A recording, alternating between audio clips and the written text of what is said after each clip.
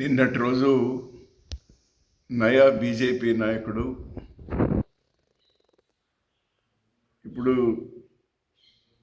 సెఫాలజిస్ట్గా విశ్లేషకుడిగా మారినటువంటి నా మంచి మిత్రుడు కిరణ్ కుమార్ రెడ్డి గారు రాహుల్ గాంధీ గారి గురించి చేసిన అతను మాట్లాడినటువంటి తీరు ఒక్కసారి ఆలోచన చేసుకొని అతన్ని అడుగుతా ఉన్నాను నేను. రాహుల్ గాంధీ గారికి తెలివితేటలు లేవు అన్నారు తమరు. మీలాంటి తెలివితేటలు ఉన్నటువంటి వారినైనా అతను పక్కన పెట్టుకోవాలి అని అన్నారు తమరు, సెలవు ఇచ్చినారు. నిజమే, మీలాంటి తెలివితేటలు వాళ్ళకు లేదు అని మేము కూడా ఒప్పుకుంటాం సార్. కిరణ్ కుమార్ రెడ్డి గారు, తమరు అత్యున్నతమైనటువంటి స్థాయికి తీసుకెళ్ళినటువంటి కాంగ్రెస్ పార్టీ, రాహుల్ గాంధీ గారు మీరు ముఖ్యమంత్రి అవ్వడానికి one of the main instrument, మర్చిపోవద్దు. మీ తెలివితేటలు అలాంటి పార్టీను పక్కన వదిలేసి తమరు చెప్పుల పార్టీ పెట్టుకున్నారు. మహా తెలివి. తర్వాత బీజేపీలో చేరాలని చూసినారు. ఎందుకో నోట్ల రద్దు, జిఎస్టీ తర్వాత కాంగ్రెస్ పార్టీ బాగుంటుందేమని తమరు వచ్చిన, నేను కూడా తమరి చేతిలో వచ్చినాను సార్. రాహుల్ గాంధీ గారి సమక్షంలోనే మళ్ళీ మీరు కాంగ్రెస్ పార్టీలో చేరినారు, మళ్ళీ ఇప్పుడు బీజేపీలో చేరినారు. మీ ఇష్టం, ప్రజాస్వామ్యంలో ఎవరు ఎక్కడైనా ఉండొచ్చు. కానీ మీ తెలివితేటలు ఉన్నాయే, ఎందుకోసం మీ తెలివితేటలని? కేవలం కుర్చీ కోసమే కదా, కేవలం పదవి కోసమే కదా. రాహుల్ గాంధీ గారు కానీ ఆ కుటుంబం కానీ మీలాంటి తెలివితేటలు లేవు కాబట్టే పదవుల కోసం ఆరాటపడలేదు సార్.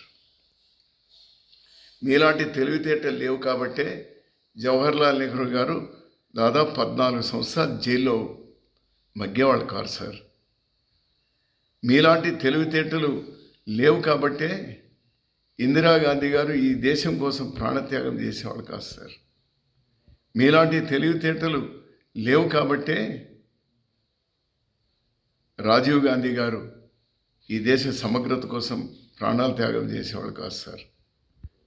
మీలాంటి తెలివితేటలు లేవు కాబట్టే సోనియా గాంధీ గారు ప్రధానమంత్రి పదవి వచ్చినా కూడా ఆ రోజు దేశం మంచి దృష్ట్యా మన్మోహన్ సింగ్ గారిని చేసినారు సార్.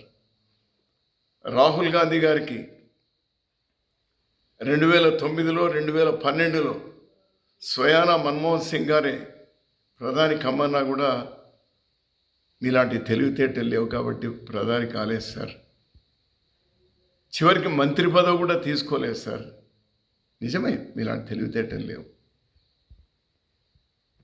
మీరు కాంగ్రెస్ పార్టీలో ఉన్నప్పుడు కాంగ్రెస్ పార్టీ నుంచి లబ్ధి పొందినారు, అంత పెద్ద పదవి పొందినారు. మీరే విధంగా ముఖ్యమంత్రి అయినారు ఏమైనటువంటివి నాకు తెలుసు, మీకు తెలుసు. అది బహిరంగంగా మాట్లాడాల్సినటువంటి అవసరం కూడా లేదు. ఆ సందర్భం వస్తుందని కూడా నేను అనుకోను. ఇప్పుడు కేవలం మళ్ళీ ఏదో పదవి కోసం, ఏదో ఒక రాజ్యసభకో, ఏదో ఒక చిన్న రాష్ట్రంలో ఒక లెఫ్టినెంట్ గవర్నర్ కోసమో అంత కక్కుర్తి పడాలనా? అవసరమా? Please, you are my good friend my dear. రారా పోరా అనుకునేటువంటి వాళ్ళం మనమిద్దరం కూడా, ఏరా ఏరా అనుకునేటువంటి వాళ్ళం మనమిద్దరం కూడా. ఎందుకంటే ఒక స్థాయికి ఎదిగిన తర్వాత ఆ గౌరవాన్ని కూడా కాపాడుకోవాలి మై డియర్ ఫ్రెండ్. ఈ విధంగా మళ్ళీ రాహుల్ గాంధీనంటే బీజేపీలో తమరి ప్రాపకం పెరుగుతుంది, ఏదో వస్తుంది. ఏమన్నారండి? ఎందుకోసం? రాహుల్ గాంధీ గారు అన్నదేమి, మహారాష్ట్రలో పోయిన అసెంబ్లీ ఎలక్షన్ నుంచి పార్లమెంట్ ఎలక్షన్ల వరకు, అంటే మధ్యలో 4.5 సంవత్సరాల కాలంలో కేవలం 50 లక్షల ఓట్లు, కొత్త ఓట్లు మాత్రమే నమోదైతే, పార్లమెంట్ ఎలక్షన్ నుంచి మళ్ళీ అసెంబ్లీ ఎలక్షన్కి 6 నెలల మాసంలో మళ్ళీ 45-50 లక్షల కొత్త ఓటర్లు ఎలా చేరుతారు? ఇలాంటి తెలివితేటలు ఎక్కువగా ఉన్నటువంటి వాళ్ళు బాగా చెప్పగలుగుతారు కదా. ఈ మధ్య ఇప్పుడే నేను ఈరోజే చూసింది, నేను మామూలుగా ఇవన్నీ ఎక్కువ చూడడం, కానీ ఎవరో స్నేహితుడు బాధతో పంపినాడు, నీ స్నేహితుడు చూడు ఏ విధంగా ప్రవర్తిస్తున్నాడు అని. అది చూసిన తర్వాత అరే, ఆ లాజిక్ తమరు చూడలేదా సార్? 4.5 సంవత్సరాల్లో 50,000 ఓట్లు, దాదాపు 6 నెలల్లో 50,000 ఓట్లు. ఏమంటారు? ఈరోజు బీహార్లో 65 లక్షల ఓట్లు ఒక్కసారిగా తీసేయడం, అది ఏ విధంగా ఎవరైనా ఒప్పుకుంటారు? అరే, వీవీప్యాడ్లు ఇది ఈవీఎంలతో సమానంగా అన్నీ కూడా మీరు అవి కూడా లెక్కించండి అంటే ఏమి బాధ? ఈరోజు రాహుల్ గాంధీ గారు ఒక ఉదాహరణ తీసుకొని రీసెర్చ్ చేసి, అవును తమరు చెప్పినట్టు మా పార్టీ వీకు, ఇలాంటి బలమైన నాయకులు మాకు లేరు కదా సార్, ఇప్పుడు మేము బలహీనలే, రైట్, బలహీనలే, కరెక్ట్. అరే, మాకు ఏజెంట్లు లేరు అని అయినంత మాత్రాన ఒక నియోజకవర్గంలో 1,250 ఓట్లు చేర్చుకోవడాన్ని సమర్థిస్తారా తమరు? ఇవన్నీ మేము ప్రశ్నిస్తుంది రాహుల్ గాంధీ గారు కానీ 25 పార్టీలు కానీ మేము కానీ ప్రశ్నిస్తుంది ఏమి? ఎవరిని ప్రశ్నిస్తున్నాం? ఎలక్షన్ కమిషన్ ప్రశ్నిస్తున్నాం.